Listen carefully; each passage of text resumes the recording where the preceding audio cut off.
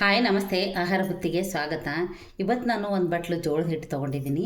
ಈ ಜೋಳದ ಹಿಟ್ಟಿಂದ ದೋಸೆ ಮಾಡೋಣ. ದೋಸೆ ಮಾಡಿದರೆ ಮಾತ್ರ ಸೂಪರಾಗಿರುತ್ತೆ. ಎಲ್ಲ ಥರ ದೋಸೆ ತಿಂದು ನೋಡಿದ್ದೀರಾ? ಜೋಳದ ಹಿಟ್ಟಿನ ದೋಸೆ ಒಂದು ಸತಿ ಮಾಡಿ ಟ್ರೈ ಮಾಡಿ ನೋಡಿ.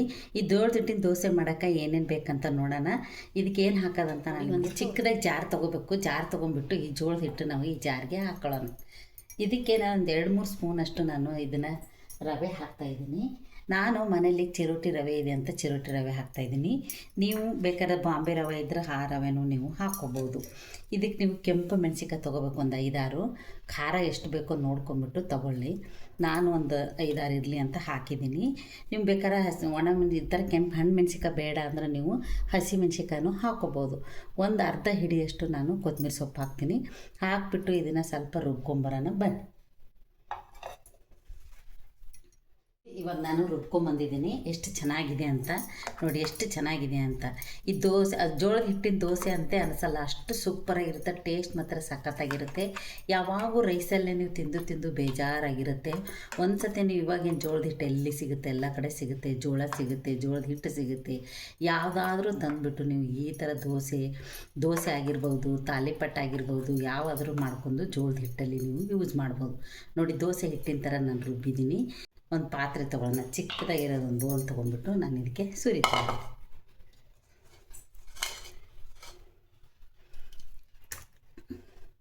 ಇವಾಗ ನಾನು ಇದಕ್ಕೆ ಒಂದು ಅರ್ಧ ಸ್ಪೂನಷ್ಟು ನಾನು ಅಜ್ವಾನ ಹಾಕ್ತಾಯಿದ್ದೀನಿ. ಅಜ್ವಾನ ಅಂತ ನಿಮ್ಗೆ ಗೊತ್ತೇ ಇರುತ್ತೆ.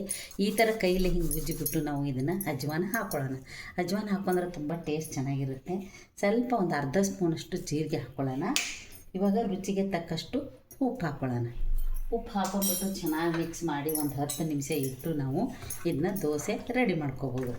ಅಕಸ್ಮಾತ್ ಇದ್ರೊಳಗಡೆ ಏನಾದ್ರು ಗಂಟು ಇದ್ದರೆ ನೀವು ಹಿಂಗೆ ಸ್ಪೂನಲ್ಲಿ ಆಡಿಸಿದ್ರೆ ಸಾಕು, ಸೂಪರಾಗಿ ಚೆನ್ನಾಗಿರುತ್ತೆ.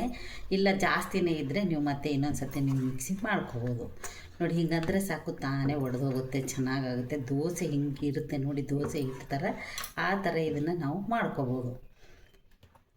ನೋಡಿ ಎಷ್ಟು ಚೆನ್ನಾಗಿದೆ. ಒಂದು 10 ನಿಮಿಷ ಇದನ್ನು ನಾನು ಮುಚ್ಚಿಟ್ಬಿಟ್ಟು ಆಮೇಲೆ ನಿಮಗೆ ಈ ಜೋಳದ ಹಿಟ್ಟಿನ ದೋಸೆ ನಿಮಗೆ ಹಾಕಿ ತೋರಿಸ್ತೀನಿ. ಒಂದು 10 ನಿಮಿಷ ಇದನ್ನೇ ನಿಲ್ಲಿ. ಇವಾಗ 10 ನಿಮಿಷ ಆಗಿದೆ. ಇವಾಗ ನಾವು ದೋಸೆ ಹಾಕೋಣ ಬನ್ನಿ. ನಾನು ಹಂಚು ಕಾಯಕ್ಕೆ ಇಟ್ಟಿದ್ದೀನಿ. ಇವಾಗ ನಿಮ್ಗೆ ದೋಸೆ ಹಾಕಿ ತೋರಿಸ್ತೆ ನೋಡಿ. ಇವಾಗ ಹಂಚು ಕಾಯ್ದಿದೆ. ಸ್ವಲ್ಪ ಕಾಯ್ದಿರೋ ಹಂಚಿಗೆ ನಾವು ಈರುಳ್ಳಿ ಆಗಿರ್ಬೋದು, ಇಲ್ಲ ನೀರಾಗಿರ್ಬೋದು, ಹಿಂಗೆ ಹೊಡೆದ್ಬಿಟ್ಟು ನಾವು ದೋಸೆ ಹಾಕ್ಬೇಕು. ತುಂಬ ಚೆನ್ನಾಗಿರುತ್ತೆ. ಟೇಸ್ಟ್ ಮಾತ್ರ ಸಖತ್ತಾಗಿರುತ್ತೆ. ಜೋಳದ ಹಿಟ್ಟಿನ ದೋಸೆ ಒಂದು ಸತಿ ನೀವು ಟ್ರೈ ಮಾಡಿ ನೋಡಿ ಹೇಗಿರುತ್ತೆ ಅಂತ ನಿಮಗೆ ಗೊತ್ತಾಗುತ್ತೆ. ನೀವು ಬೇಕಾದ್ರೆ ಸೆಟ್ ದೋಸೆ ಥರ ಆದರೂ ಹಾಕ್ಕೋಬೋದು, ಈ ಥರ ದೊಡ್ಡದಾದರೂ ಹಾಕ್ಕೋಬೋದು. ನೋಡಿ, ಎಷ್ಟು ದೊಡ್ಡದು ಬೇಕಾದರೂ ನೀವು ಹಾಕ್ಕೋಬೋದು. ಅಷ್ಟು ಚೆನ್ನಾಗಾಗುತ್ತೆ. ಇದು ದೋಸೆ ಮಾತ್ರ ಸೂಪರಾಗಿರುತ್ತೆ. ಒಂದು ಸತಿ ನೀವು ಟ್ರೈ ಮಾಡಿ ನೋಡಿ ಹೇಗಿರುತ್ತೆ ಅಂತ ನಿಮಗೆ ಗೊತ್ತಾಗುತ್ತೆ. ಇವಾಗ ನಾವು 1 ಸ್ಪೂನು ಎಣ್ಣೆ ಹಾಕೋಣ.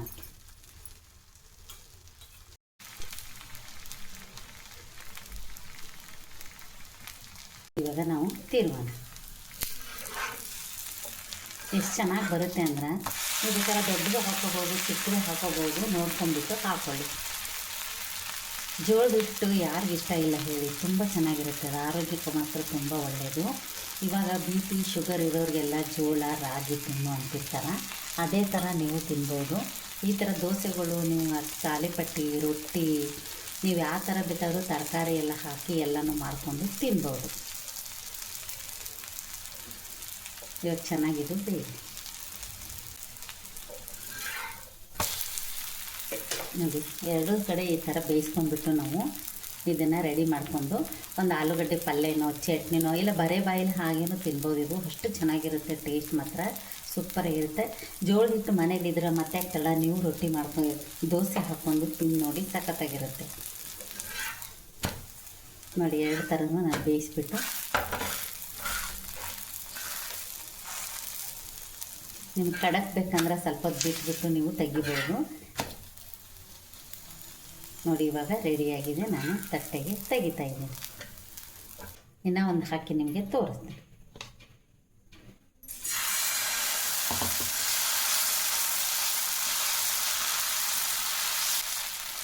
ನೀವು ಚಿರೋಟಿ ರವೆ ಇಲ್ಲ ಅಂದರೆ ನೀವು ಯಾವ ರವೆ ಬೇಕಾದ್ರೂ ಹಾಕೋಬೋದು. ಬಾಂಬೆ ರವೆ ಆಗಿರ್ಬೋದು, ಇಲ್ಲ ದಪ್ಪ ಬನ್ಸಿ ರವೆ ಆಗಿರ್ಬೋದು, ಹಾಕೊಂಡ್ಬಿಟ್ಟು ಸ್ವಲ್ಪ ಜೋಳದ ಹಿಟ್ಟಿನ ಜೊತೆಗೆ ಮಿಕ್ಸಿ ಮಾಡಿಕೊಂಡು ಈ ಥರ ದೋಸೆ ಹಾಕ್ಕೊಂಡು ತಿನ್ಬೋದು.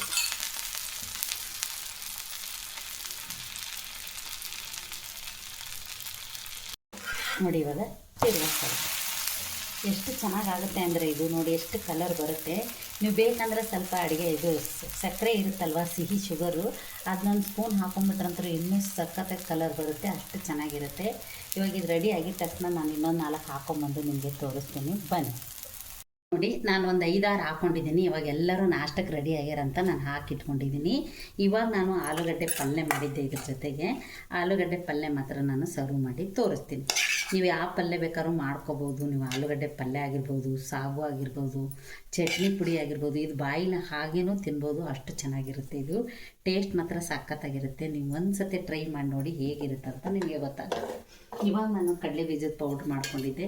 ಈ ಪೌಡ್ರ್ ನೀವು ಬಿಸಿ ಬಿಸಿ ದೋಸೆ ಮಾಡಾಗೆ ನೀವು ಹಾಕ್ಕೊಂಡು ತಿನ್ಬೋದು. ನಾನು ಇವಾಗ ಸೈಡಿಗೆ ಹಾಕ್ಬಿಟ್ಟು ಇದ್ರ ಜೊತೆ ಬೇಕಾದವ್ರು ಮೊಸರು ಹಾಕ್ಕೊಂಡು ತಿನ್ಬೋದು, ಅಷ್ಟು ಚೆನ್ನಾಗಿ ಟೇಸ್ಟ್ ಇರುತ್ತೆ. ಒಂದು ಸತಿ ನೀವು ಜೋಳದ ಹಿಟ್ಟಿಂದ ಈ ಥರ ದೋಸೆ ಟ್ರೈ ಮಾಡಿ ನೋಡಿ ಹೇಗಿರುತ್ತೆ ಅಂತ ಗೊತ್ತಾಗುತ್ತೆ. ತುಂಬ ಚೆನ್ನಾಗಿರುತ್ತೆ, ಆರೋಗ್ಯಕ್ಕೂ ತುಂಬ ಒಳ್ಳೆಯದಿದು ದೋಸೆ, ಜೋಳದ ಹಿಟ್ಟು ತಿನ್ನೋದ್ರಿಂದ. ಅದಕ್ಕೆ ನಾನು ದೋಸೆ ಮಾಡಿ ತೋರಿಸಿದ್ದೀನಿ. ಎಲ್ಲ ಥರ ದೋಸೆ ತಿಂದಿದ್ದಾರೆ, ಈ ಟೇಸ್ಟ್ ಮಾತ್ರ ಒಂದು ಸತಿ ಟ್ರೈ ಮಾಡಿ ನೋಡಿ. ಈ ದೋಸೆ ಮಾಡಿ, ಜೋಳದ ಹಿಟ್ಟು ದೋಸೆ ಮಾಡಿರೋದು ನಿಮ್ಗೆ ಇಷ್ಟ ಆದಲ್ಲಿ ಲೈಕ್ ಮಾಡಿ, ಶೇರ್ ಮಾಡಿ, ಸಬ್ಸ್ಕ್ರೈಬ್ ಮಾಡಿ. ನಮಸ್ತೆ.